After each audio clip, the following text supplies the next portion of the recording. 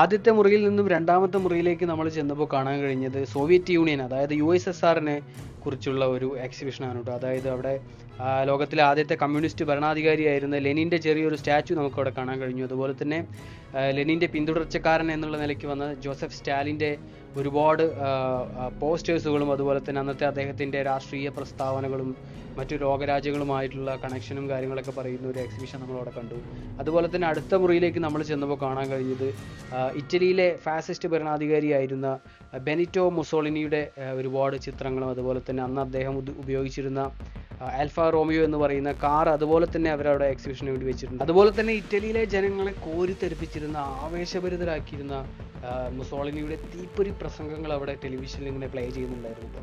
പുള്ളിക്കാരൻ്റെ ആ ഒരു ശൈലിയും എന്താ പറയുക, ആ ഒരു ബോഡി ലാംഗ്വേജ് ഒക്കെ ശരിക്കും നമുക്ക് ഇപ്പോഴത്തെ സാഹചര്യത്തിൽ ചില രാഷ്ട്രങ്ങളുടെ തലവന്മാരുടെ ഒരു ശൈലിയും ബോഡി ലാംഗ്വേജ് ഒക്കെ നമുക്ക് ആ ഒരു സ്റ്റൈൽ നമുക്ക് കാണാൻ കഴിയും. അത് കഴിഞ്ഞ് നമ്മൾ അടുത്ത മുറിയിലേക്ക് ചെന്നപ്പോൾ കാണാൻ കഴിഞ്ഞത് നമ്മുടെ സാക്ഷാൽ ഹിറ്റ്ലറിൻ്റെ അന്നത്തെ പരിപാടികളും കാര്യങ്ങളൊക്കെയാണ്. ഇവിടത്തേക്ക് വരുമ്പോൾ നമ്മൾ ആദ്യം തന്നെ കാണുന്നത് ഹിറ്റ്ലറിൻ്റെ അത്രയും എന്താ പറയുക ശക്തമായിട്ടുള്ളൊരു ഒരു പവർഫുൾ ആയിട്ടുള്ള ഒരു ഫേസോട് കൂടിയിട്ടുള്ള ഒരു സ്റ്റാച്ചു ആണ് നമുക്ക് കാണാൻ കഴിയുന്നത്. അതുപോലെ തന്നെ നാസിസം എന്ന് പറയുന്ന ഈ പ്രൊപ്പഗാൻഡയെ പുള്ളിക്കാരൻ വളർത്തിയെടുക്കാൻ വേണ്ടിയിട്ട് എന്തൊക്കെയാണോ ജർമ്മനിയിൽ ചെയ്തിരുന്നത് അതിൻ്റെ കംപ്ലീറ്റ് ഡീറ്റെയിൽസ് ആയിട്ടുള്ള എവിഡൻസോട് കൂടിയിട്ടുള്ള കാര്യങ്ങൾ അവിടെ എക്സിബിഷൻ പോലെ സെറ്റ് ചെയ്തിട്ടുണ്ട്. അതുപോലെ തന്നെ ജർമ്മനിയിലെ അന്നത്തെ അമ്മമാർക്ക് ഇദ്ദേഹം ഏർപ്പെടുത്തിയിരുന്ന റിവാർഡുകളും കാര്യങ്ങളൊക്കെ, അതായത് കൂടുതൽ കുട്ടികളുണ്ടാവുന്ന അമ്മമാർക്ക് കൂടുതൽ റിവാർഡുകൾ കൊടുക്കുന്ന പരിപാടികളെ പറ്റിയൊക്കെ അവിടെ കാണാൻ കഴിഞ്ഞു. അതുപോലെ തന്നെ അദ്ദേഹത്തിൻ്റെ ശക്തമായിട്ടുള്ള പ്രസംഗങ്ങളും ജർമ്മനിയിലെ ജനങ്ങൾക്കിടയിൽ അന്ധമായിട്ടുള്ള ദേശീയത കുത്തി നിറച്ചുകൊണ്ട്